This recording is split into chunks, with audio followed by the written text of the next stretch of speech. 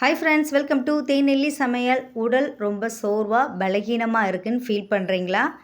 உடல் சோர்வு நீங்கி உடலை சுறுசுறுப்பாக மாற்ற, எஞ்சும் இளமையாக இருக்க, நோய் எதிர்ப்பு சக்தி அதிகரித்து உடலை நோயிலிருந்து பாதுகாக்க தினமும் ஒரு கப் சாப்பிட்டாலே போதும். ஈஸி ஹெல்த்தி ரெசிபி எப்படி செய்யுதுன்னு பார்க்கலாம். வாங்க வீடியோக்குள்ளே போகலாம். அதுக்கு ஃபஸ்ட்டு ஸ்டவ் ஆன் பண்ணி ஒரு குக்கரை அடுப்பில் வச்சுட்டு அதில் அரை கப் அளவுக்கு பச்சை பயிர் எடுத்திருக்கேன். அதை இதோடு சேர்த்துக்கிறேன். கூடவே ஒரு அரை கப் அளவுக்கு வெள்ளை உளுந்து எடுத்திருக்கேன். அதையும் இதோடு சேர்த்துக்கலாம். இது கூடவே ஒரு டேபிள் ஸ்பூன் அளவுக்கு வெந்தயம் ஆப்ஷனல் தான், விருப்பப்பட்டால் சேர்த்துக்கோங்க, இல்லைனா ஸ்கிப் பண்ணிக்கலாம். இதில் உள்ள பச்சை ஸ்மெல்லாம் போய் நல்ல ஒரு வாசனை வரும், அது வரைக்கும் லைட்டாக வறுத்தெடுத்துக்கோங்க. வெந்தயம் சேர்க்கறதுனால வெந்தயம் ரொம்ப நல்லது, உடலுக்கு நல்ல ஒரு குளிர்ச்சியை கொடுக்கும். ரத்தத்தில் சர்க்கரையோட அளவை கம்மி பண்ணுறதுக்கும் வெந்தயம் ஹெல்ப் பண்ணும். விருப்பப்பட்டால் சேர்த்துக்கோங்க. நல்லா இந்த அளவுக்கு லைட்டாக கலர் மாதிரி வர வரைக்கும் வறுத்துட்டு வேற ஒரு பிளேட்டுக்கு மாற்றிட்டு கழுவி எடுத்துகிட்டு வந்துடுங்க. இப்போ இது கூடவே ஒரு 4 கப் அளவுக்கு தண்ணி ஊற்றி குக்கரில் வச்சிடலாம்.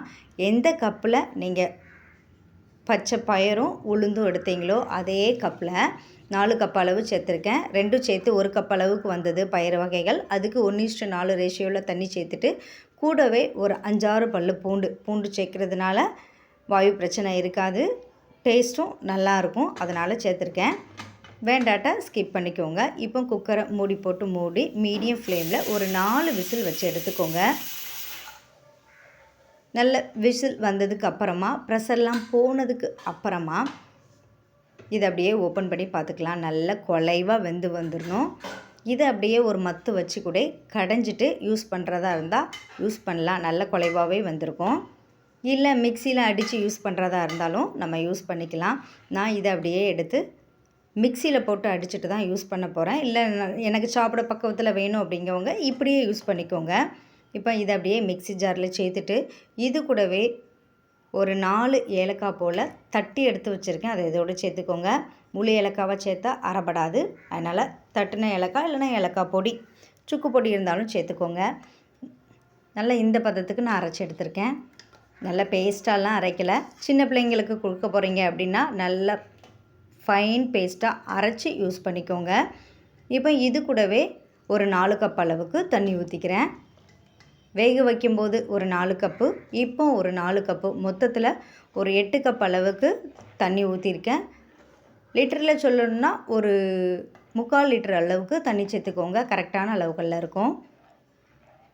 ஃபஸ்ட்டு கொஞ்சம் தண்ணியாக தான் இருக்கணும், இந்த பக்குவத்தில் தான் இருக்கணும்.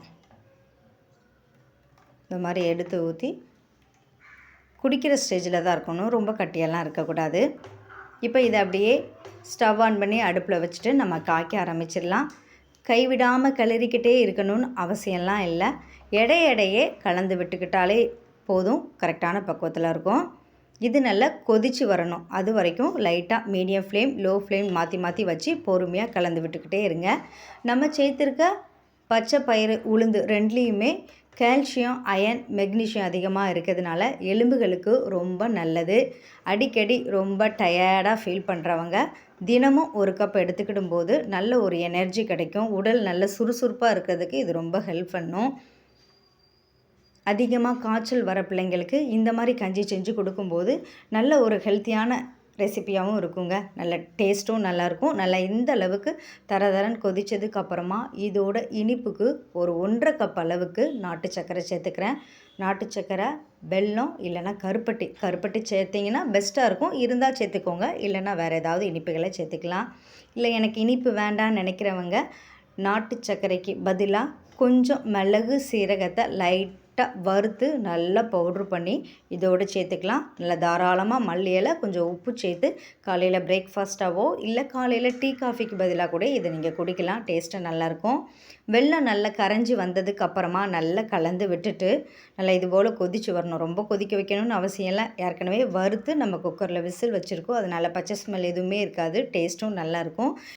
இந்த ஸ்டேஜில் நான் இதை அப்படியே எடுத்து வேறொரு பாத்திரத்துக்கு நான் மாற்றி எடுத்து வச்சுக்கிறேன்.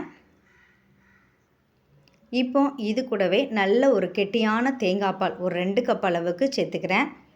தேங்காய் பால் ஆப்ஷனல் தான், விருப்பப்பட்டால் சேர்த்துக்கோங்க. தேங்காய் பால் சேர்க்கறதுனால வாய்ப்புண், வயிற்றுப்புண், அல்சர் பிரச்சனை இருக்கவங்களுக்கு டெய்லி உணவுகளில் தேங்காய் பால் எடுத்துக்கிடும் போது அது வயிறு வலிக்காமல் இருக்கிறதுக்கும் அந்த புண்ணு சீக்கிரமாக ஆறதுக்கும் ரொம்ப ஹெல்ப் பண்ணும். அதனால் தேங்காய் பால் சேர்த்துக்கோங்க. ஒரு கெட்டியான பால் 2 கப் அளவுக்கு சேர்த்து நல்லா கலந்து விட்டுக்கோங்க. நான் எடுத்த அளவு ஒரு 4 பேர் குடிக்கிறதுக்கு கரெக்டாக இருக்கும். டெய்லி காலையில் டீ காஃபிக்கு பதிலாக குடிங்க. நீங்களும் இதே மெத்தடில் இதே பக்குவத்தில் ட்ரை பண்ணி பார்த்துட்டு எப்படி இருந்துச்சுன்னு கமெண்ட் பண்ணுங்கள். இந்த வீடியோ உங்களுக்கு யூஸ்ஃபுல்லாக இருந்துச்சுன்னா மறக்காமல் தேனெல்லி சமையலை சப்ஸ்கிரைப் பண்ணுங்கள். Thank you friends.